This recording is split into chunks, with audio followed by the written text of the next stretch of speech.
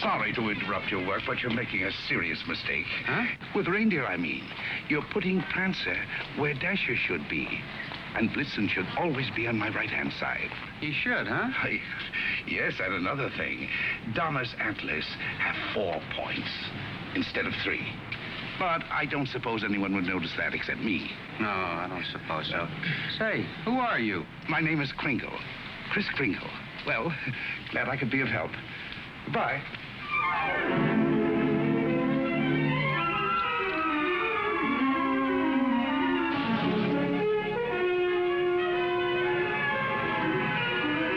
You see, it's all in your wrists, like throwing a ball. Now watch.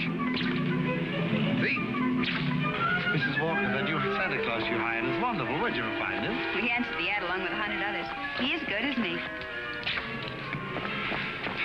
Well, the parade's ready to start. You coming? I'm going home and getting a hot tub. I may just stay there until next Thanksgiving. But you've worked so hard on the parade. If I want to, I can see it from the roof of my apartment. Bye.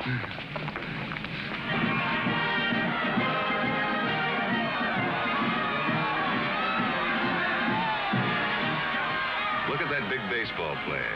He was a clown last year. They just painted him different. My mother told me. She manages the parade. Wow. He's really a giant, isn't he? Really, Mr. Gailey. And you a lawyer. There are no such things as giants. Well, maybe not now, Susan, but in olden times, like the giant Jack killed in the fairy tale. Oh, one of those. I don't know any fairy tales.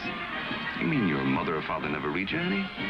My mother thinks they're silly, and I never met my father. You see, my mother and father were divorced when I was a baby. Well, that baseball player sure looks like a giant to me. Come in. Hello. My housekeeper told me Susan was here. I'm her mother. Yes, Susie's told me quite a bit about you. She's told me quite a bit about you, too. The man in the front apartment. Hi, dear. Parade's much better than last year. Good. Hope Mr. Macy agrees with you. Would you like a cup of coffee? Oh, don't bother. No bother. It's ready. I want to thank you for being so kind to Susan. All part of the plot. Surest way to meet the mother is to be nice to the child. What a horrible trick. Susan tells me you don't approve of fairy tales. I don't. I think we should be realistic and completely truthful with our children. Not let them grow up believing in a lot of myths and legends. Like Santa Claus, for example. I see. The parade's over, Mother. The acrobats were good. Those prices, they should be. Mother, I was thinking, we've got such a big turkey for dinner, and there are only 2 of us. Couldn't we invite Mr. Gailey? Couldn't we? Oh, dear. Oh, please don't bother. I'll just get a sandwich or something. It's an awful big turkey. Oh, it's not that, dear, but I'm sure Mr. Gailey has other plans. No, he hasn't. Have you? Well, as a matter of fact, to be truthful and completely realistic with the child, I must say I haven't. Please, Mother, please. Didn't I ask her all right, Mr. Gailey? Well, that all depends. Dinner's at 3 o'clock. Susan, you asked just right.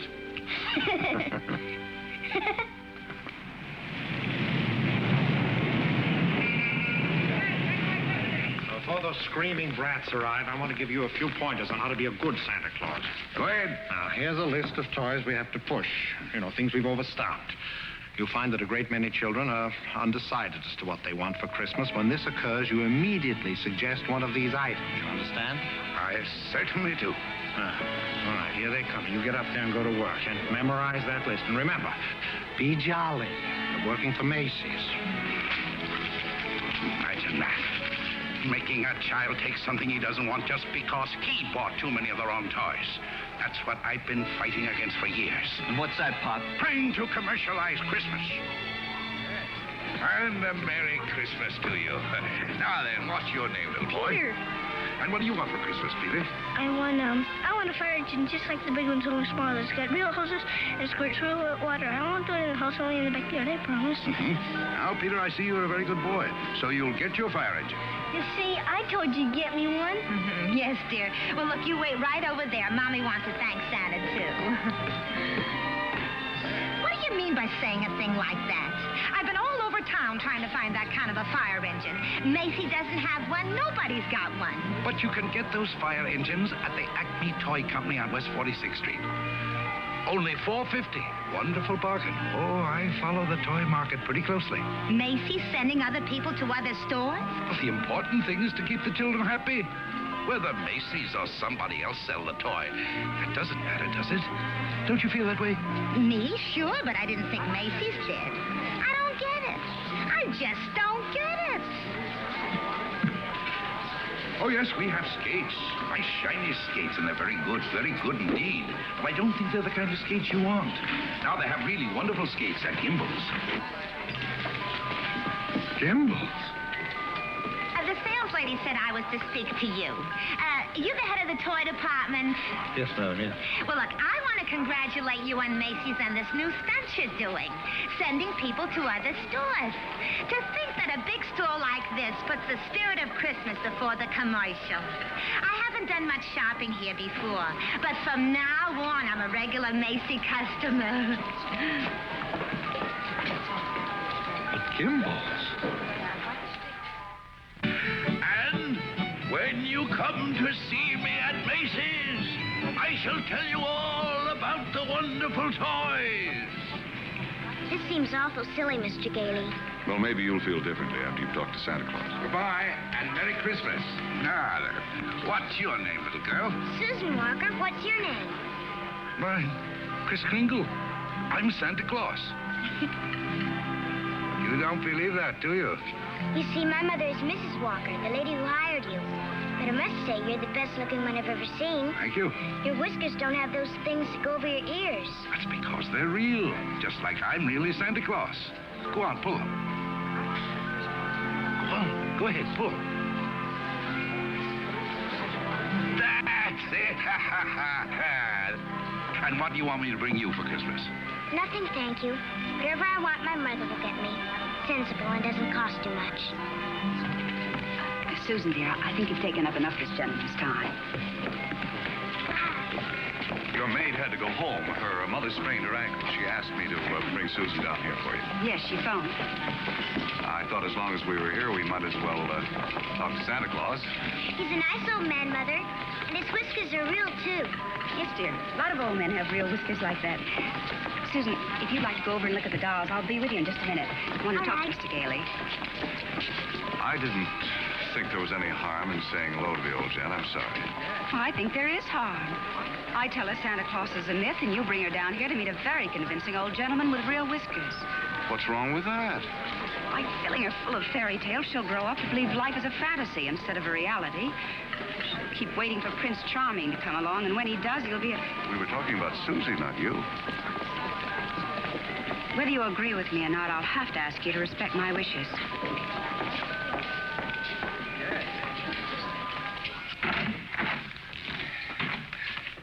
You sent for me. Yes, sit down, won't you? This is a lovely little girl you have here. Thank you. Susan's the reason I asked you to drop down. She's a little confused. Would you tell her that you're not really Santa Claus, that there's actually no such person? I'm sorry to disagree with you, Mrs. Walker, but not only is there such a person, but here I am to prove it. Oh, no, you don't understand. I want you to tell her the truth. What is your name? Kris Kringle. I'll bet you're in the first grade. Second. No, I mean your real name. It is my real name. Second grade. Good gracious. It's a progressive school. Oh, progressive school. Well, where did you get such a lovely outfit?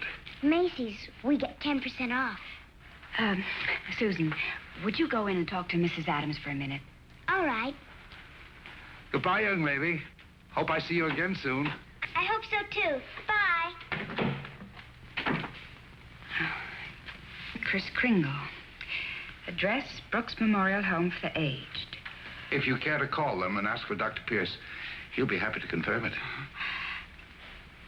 Age is old as my tongue and a little bit older than my teeth. No, really. Well, that's the truth.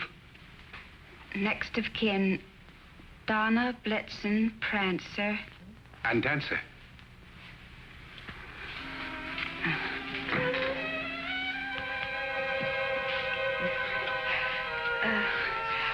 I'm sorry, Mr. Kringle. Yes, well, I'm afraid we're going to have to make a change. You see, the Santa Claus we had last year is back in town, and, well, I feel I owe it to him to, Have I done something wrong? No. Excuse me. Yes? Mr. Macy wants to see you immediately, Mrs. Walker. Oh, yes, right away. You'll have to excuse me. Miss Adams will give you your voucher on the way out, and you'll receive a full week's salary.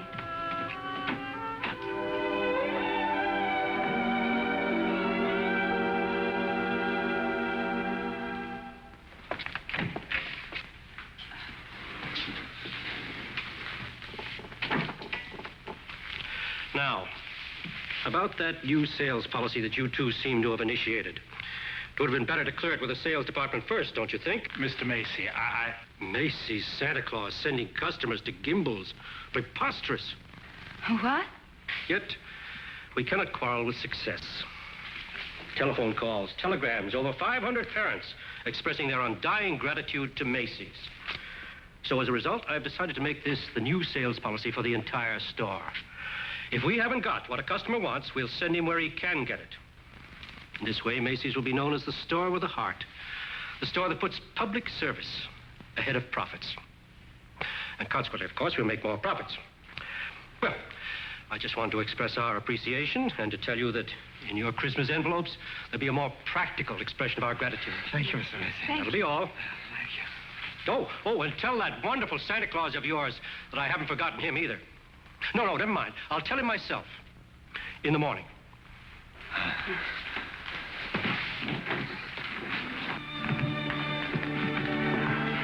Imagine, a bonus. I fired him. Who? Santa Claus? No. He's crazy. He thinks he is Santa Claus. Well, I don't care if he thinks he's the Easter Bunny. You better get him back. Well, it's too great a risk. He might have a fit or something. I tell you, the man's insane. Maybe just a little bit insane. Mr. Sawyer. What? We'll get Sawyer to examine him. He's a psychologist. That's what he's being paid for, to examine the employees. Can't get him back. He's already gone. Well, then you better scoot after him and get him, because if you don't, we're going to have a very unmerry Christmas. Oh, Mr. Kringle. I'm afraid I acted rather hastily and perhaps unfairly. This other Santa Claus, well, Mr. Macy has found something else for him to do, and, well, we want you to stay on. Well, this is mighty good news. You see, Mrs. Walter, for 50 years or so, I've been more and more worried about Christmas. Christmas is not just a day, it's a frame of mind, and that's what they've been changing. Well, I'm glad you're taking me back. Maybe I can do something about it. And I'm glad I met you and your daughter. You're my test case. We are? Yes, in a way, you're the whole thing in miniature. And if I win you over, well, there's still hope. If not, I guess I'm through. But I'll try, and I'm warning you, I don't give up easily. Oh, but Mr. Kringle, first thing in the morning, could you report to Mr. Sawyer's office for a little examination? Mental examination? Well, partly, yes. Oh, I don't mind. I've taken dozens. Haven't failed one yet. Yeah. How many days in the week? 7. How many things do you see? 4. Muscular coordination? Perfect. Who was vice president under James Monroe? Daniel D. Tompkins. I'll bet your Mr. Sawyer doesn't know that one.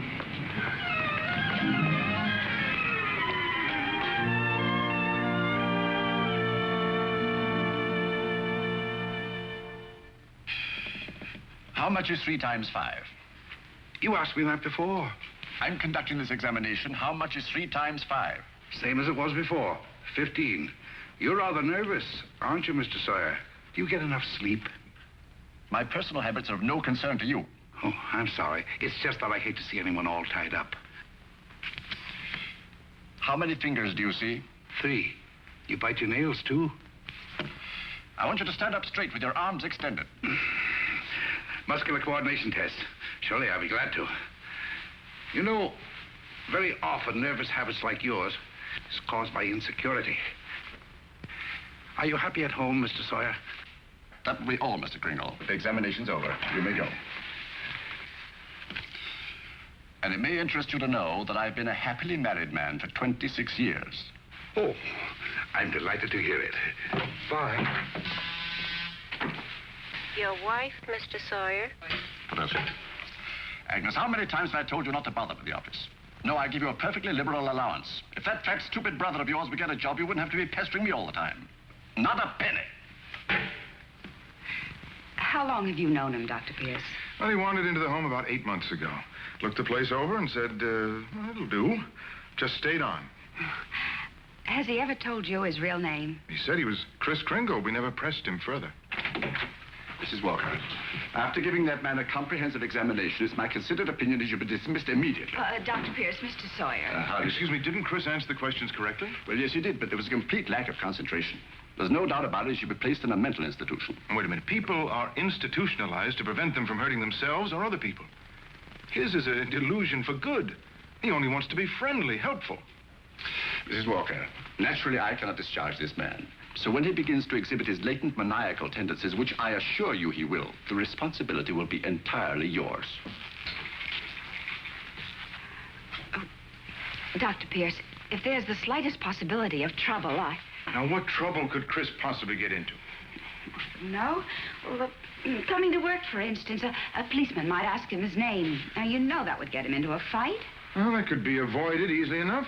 Find someone here in the store to rent him a room. Then they could go to and from work together. Oh, yes, that would solve everything. That's a wonderful idea. Yes, isn't it? Your son's away at school. What about his room? Well, I'll talk to Mrs. Shellhammer as soon as I get home. In the meantime, you take Kris home to dinner. Oh, no, I couldn't. Oh, really, Mrs. Walker? If I can supply the room, the least you can do is furnish a free meal.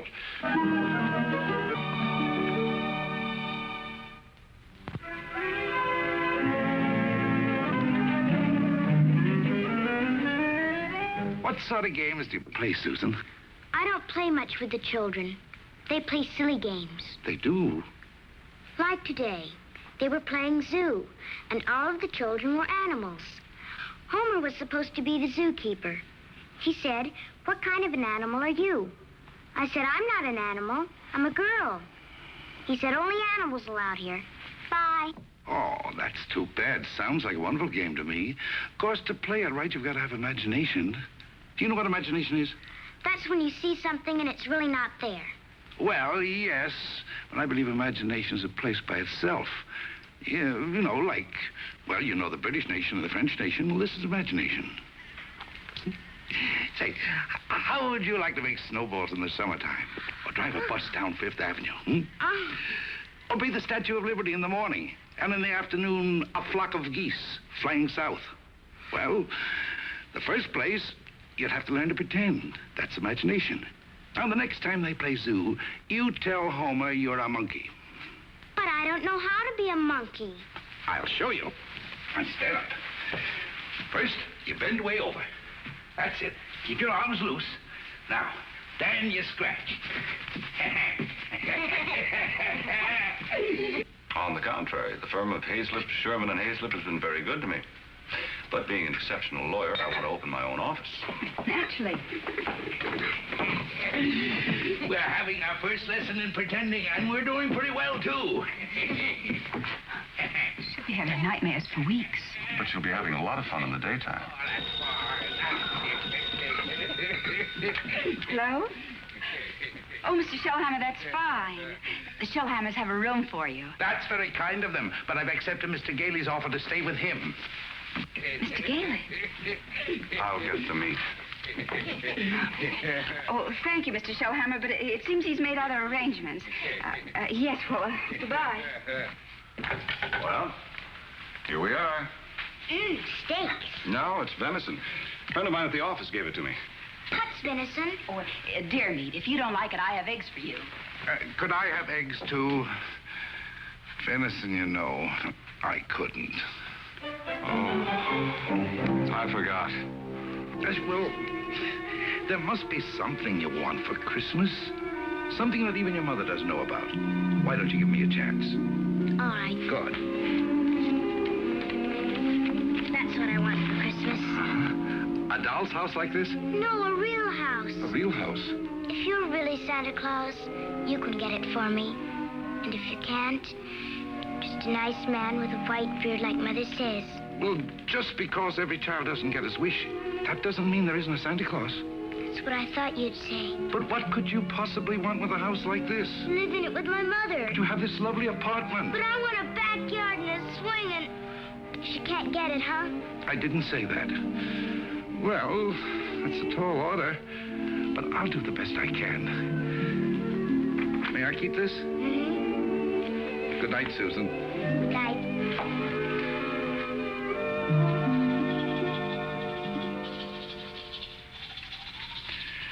Do you like living in the city?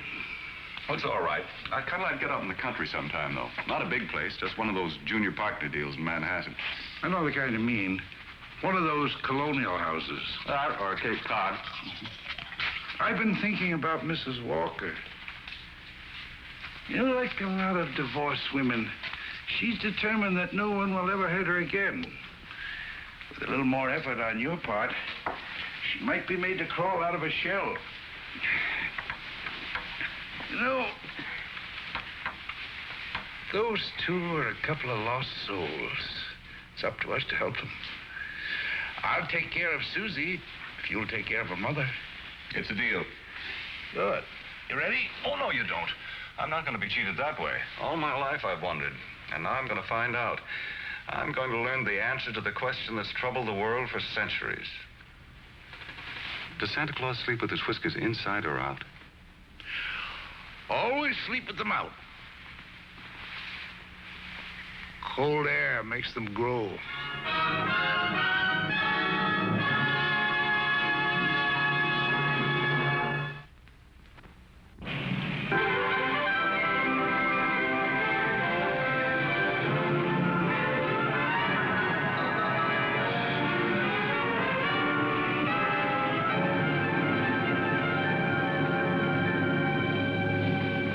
One event I never expected to see.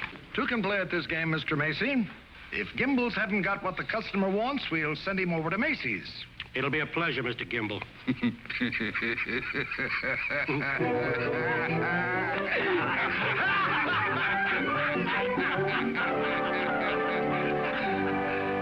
There they sat. Adult, but children still, children at heart. It was summer, warm, glorious summer. The end. Did you like that story, Susan? Mr. Kringle, do you think I'm going to get my house for Christmas? Well, I can't promise, but we mustn't give up hope. Good night, Susan. Tomorrow evening, I'll read you another story. I can't. I've got to go to school. Isn't this vacation? Yes, but this is what they call a required function. Required function? The Fillmore Progressive School requests your presence at a special performance of a Christmas play to be given in the modern manner. What does that mean? A Christmas play without Santa Claus. Well, a Christmas play without a Santa Claus?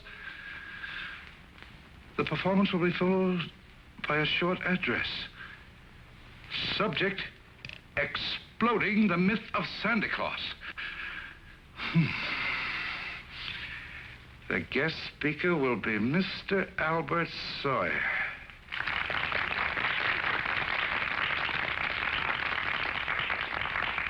I'm very happy you enjoyed our little play.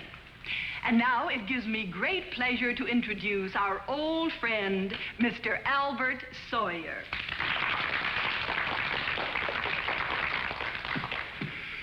Parents and young people, it's thrilling indeed to see so many happy, smiling faces. I know you're all looking forward to a joyous Christmas.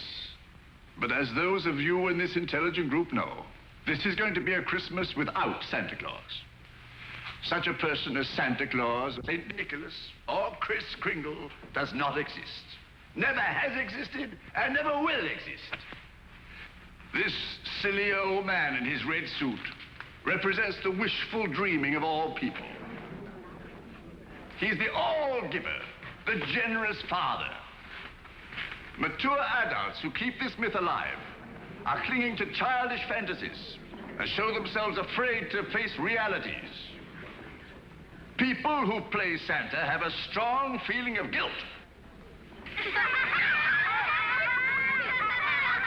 I see nothing to laugh at. Far from being amusing, this myth...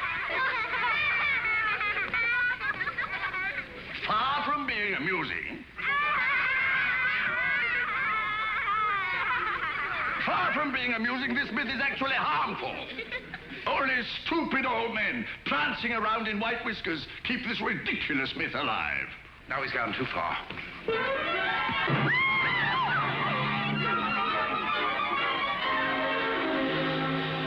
He became violent because I attacked his delusions, and he'll do it again. Well, if you ask me, I think we ought to get an outside psychiatrist to examine him. Then you better do it right away before Mr. Macy hears about it.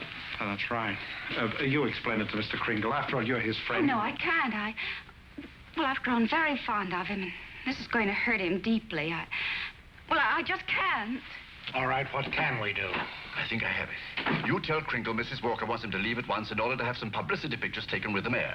I'll have a car waiting outside, and once we get him in the car, we'll drive him straight off to Bellevue Hospital. Yes, that'd do it. I'll ride up front with the driver.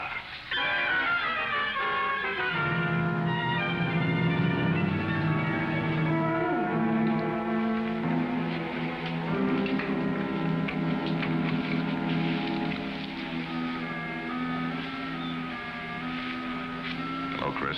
Hello, Fred. You flunked that psychiatrist examination deliberately, didn't you? Why?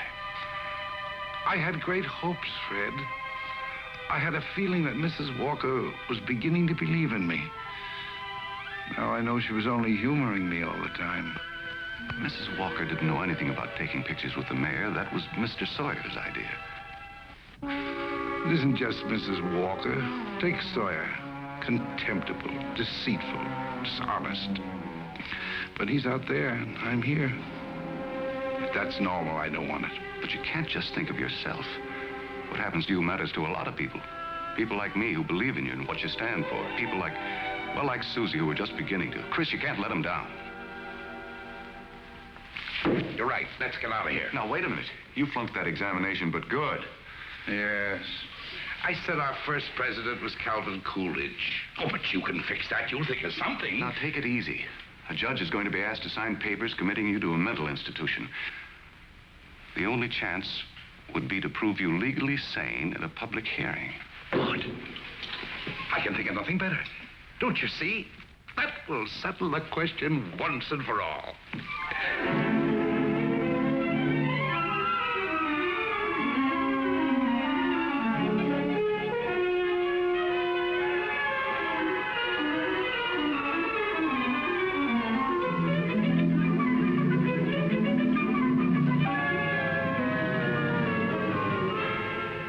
Solemnly swear the evidence you are about to give at this hearing is the truth, the whole truth, and nothing but the truth?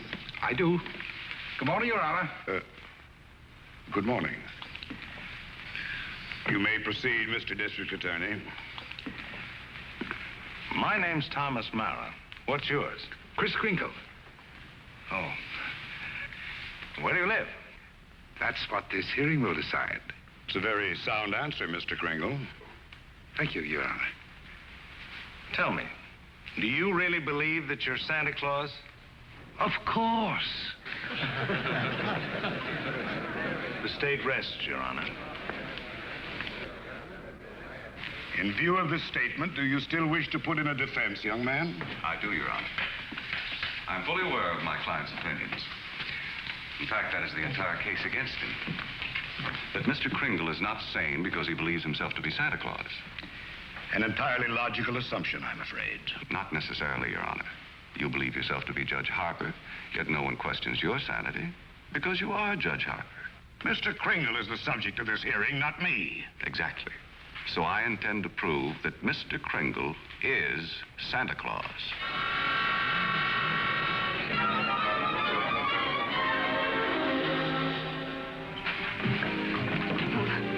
What does Mr. Hayslip of Hayslip, Sherman, and Hayslip say about the trial?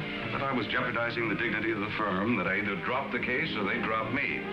So, leaving me no choice, I quit. Oh, Fred, you didn't. Well, I can't let Kris down. He needs me, and all the rest of us need him. Darling, he's a kind, wonderful old man, but... Well, you can't throw away your career because of sentiment. I'm not throwing a career away. I'll get by. I'm a darn good lawyer. This doesn't shake your faith in me, does it? This is a question of common sense, not faith. Faith is believing in things when common sense tells you not to. I wish you could let yourself believe in people like Kris, and in fun, and love, and joy, and all the other intangibles. Can't pay the rent with intangibles. And you can't live without them. Why don't you try a little blind faith, darling? String along with me. I think I've got a right to ask that. I think I have the right to ask you to be a little bit more practical and realistic. Yeah, I suppose you have. It's all cockeyed. Here we are, as close as two people can possibly be, and yet there's a loneliness about it. I've tried my best. I know you have, darling, and so have I. But we're going to need a lot more than each other's arms. And somehow I just don't think we've got it.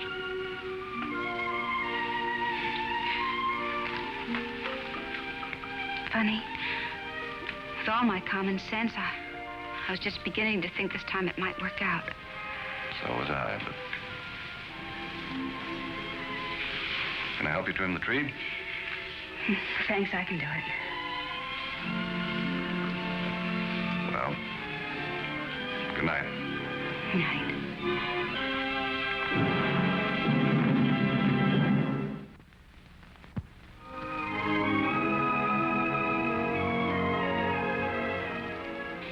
Your name, sir? R.H. Macy.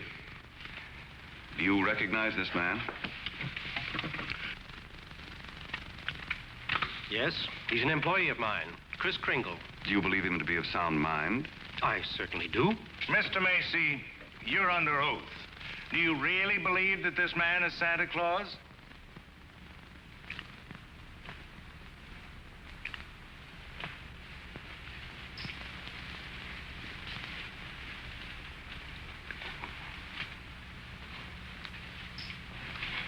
Do you?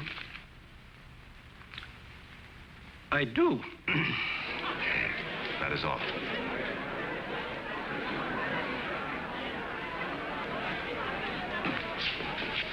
You are fired. Your Honor, there is no such person as Santa Claus, and everybody knows it. I ask that the court make an immediate ruling. Is there or is there not a Santa Claus?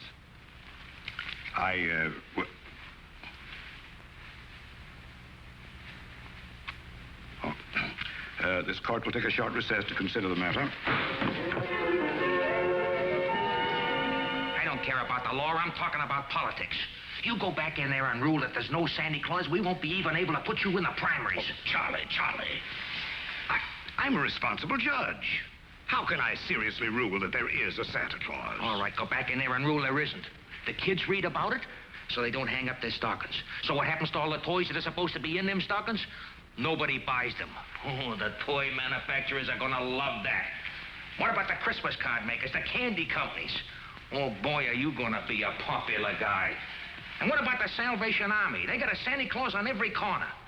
Henry, I'm telling you, if you go back in there and rule that there's no Santa Claus, you can count on getting just 2 votes. Your own and that district attorney's out there.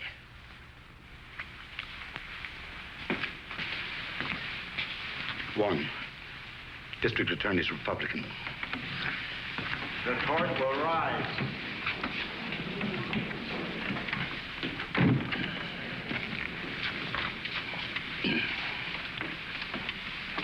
This court has just consulted the highest authority available. The traditions of American justice demand a broad and unprejudiced view of such a controversial matter. And therefore, this court is determined to keep an open mind and hear the evidence from either side. But can my opponent produce any evidence in support of this contention? Your Honor, I can.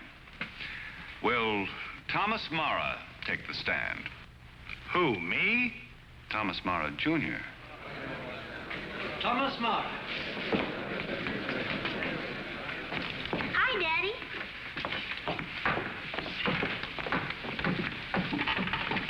Tommy, you know the difference between telling the truth and telling a lie, don't you? Everybody knows you shouldn't tell a lie, especially in court. Do you believe in Santa Claus? Sure I do. And what does he look like?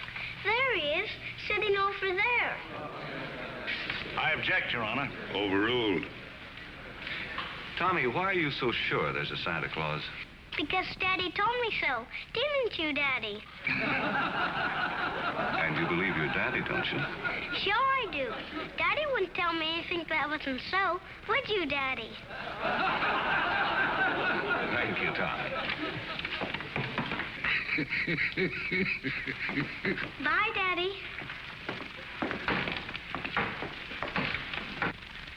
The state of New York is willing to concede the existence of a Santa Claus.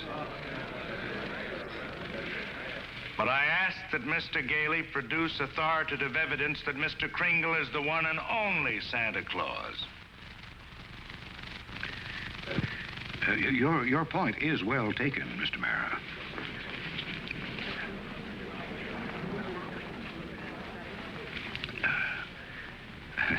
Mr. Gailey, are you ready to show that Mr. Kringle is Santa Claus? On the basis of competent authority?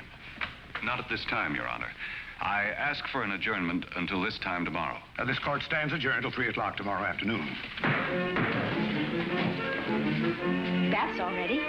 What are you doing? Writing to Mr. Kringle to tell him I believe in everything he told me. Everything will turn out fine. Oh, that's nice. He'll like that. Where shall I send it? Why don't you send it to the county courthouse? Okay.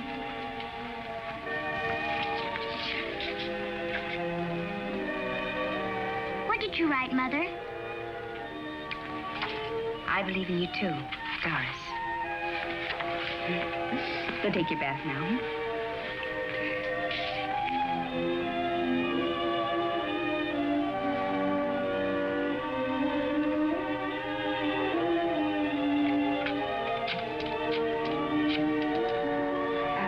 Could you give me the number of the main post office, please? Hello, dead letter office. Are you kidding? We got maybe a couple of 100,000. Yes, ma'am, we sure would.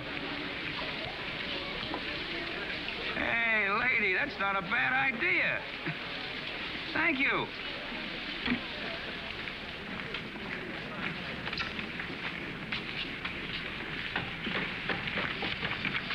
Chris, I've got bad news for you. I've tried every way to get some competent authority. I wired the mayor, the governor, everybody. Susan. And means more to me than all the mayors and governors in the world. It's all over. He hasn't got a thing.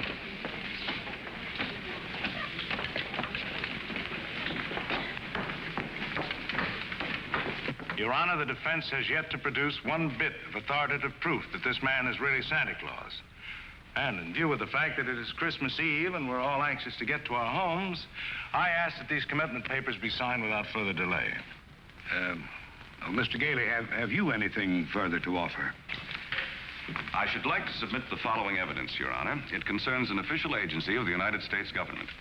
The Post Office Department, one of the world's largest business concerns, did a gross business last year of $1,112,877,174. Your Honor, I'm sure they're all deeply gratified to know that the Post Office Department is doing nicely, but it hardly has any bearing on this case. Furthermore, the U.S. postal laws make it a criminal offense to willfully misdirect mail or intentionally deliver it to the wrong party. Yeah, Your Honor. I'm sure that the state of New York is willing to admit that the Post Office Department is authoritative, prosperous, and efficient. For the record? For the record. Anything to get on with this case. Then, Your Honor, I offer these letters in evidence. They're simply addressed to Santa Claus, yet they were each delivered to Mr. Kringle by bona fide employees of the Post Office Department. I offer these as authoritative proof. Your Honor, 3 letters are hardly authoritative proof.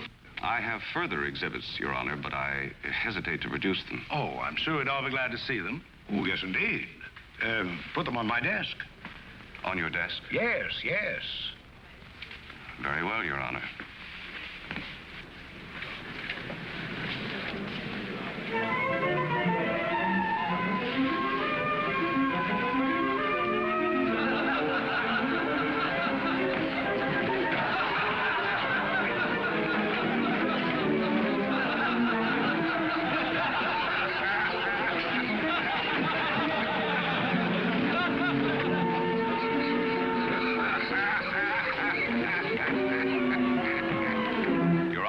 Every one of these letters is addressed to Santa Claus, and the post office has delivered them to my client.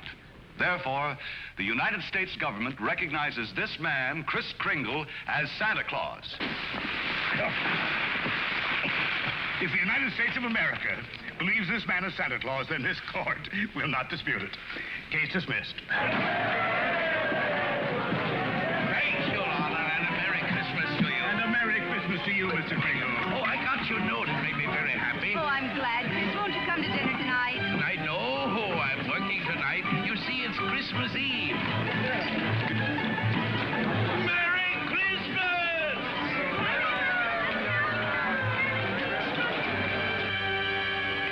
What's the matter with Susan?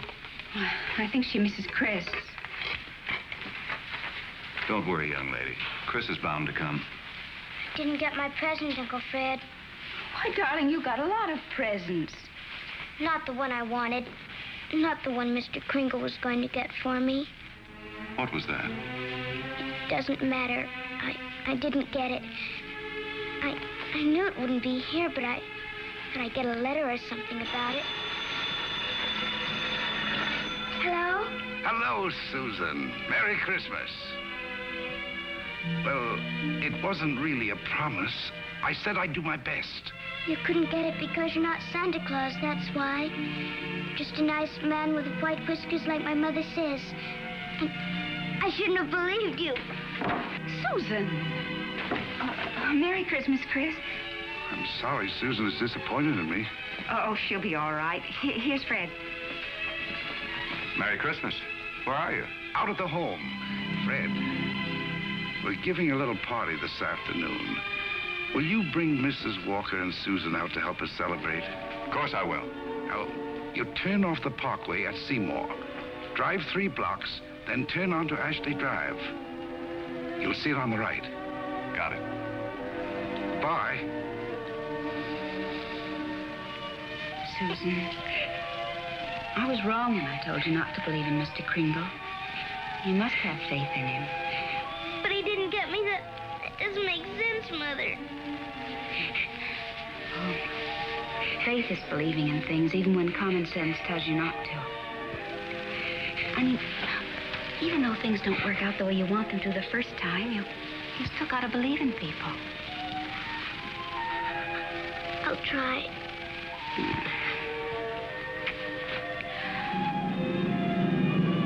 There it is, Ashley Drive. I do believe. I do believe. I do. Stop, Uncle Fred, stop! Susan!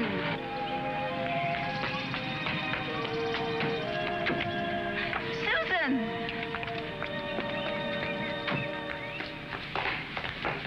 Susan? You shouldn't be running around in other people's houses. But this is my house, Mommy. The one I asked Mr. Kringle Now, for. Susan, darling. It is. I know it is. Oh, you're right, Mommy. If things don't turn out right the first time, you've still got to believe. Mr. Kringle is Santa Claus. He is. I'm going to see my swings. You told her that?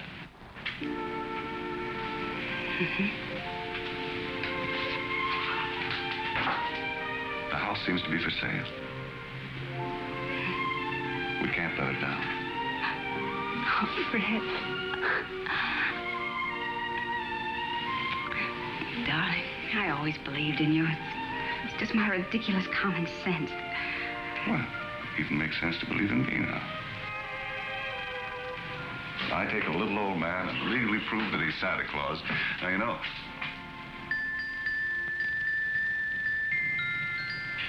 Oh, no.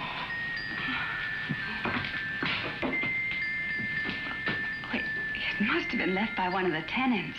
Maybe. Maybe I didn't do such a remarkable thing after all.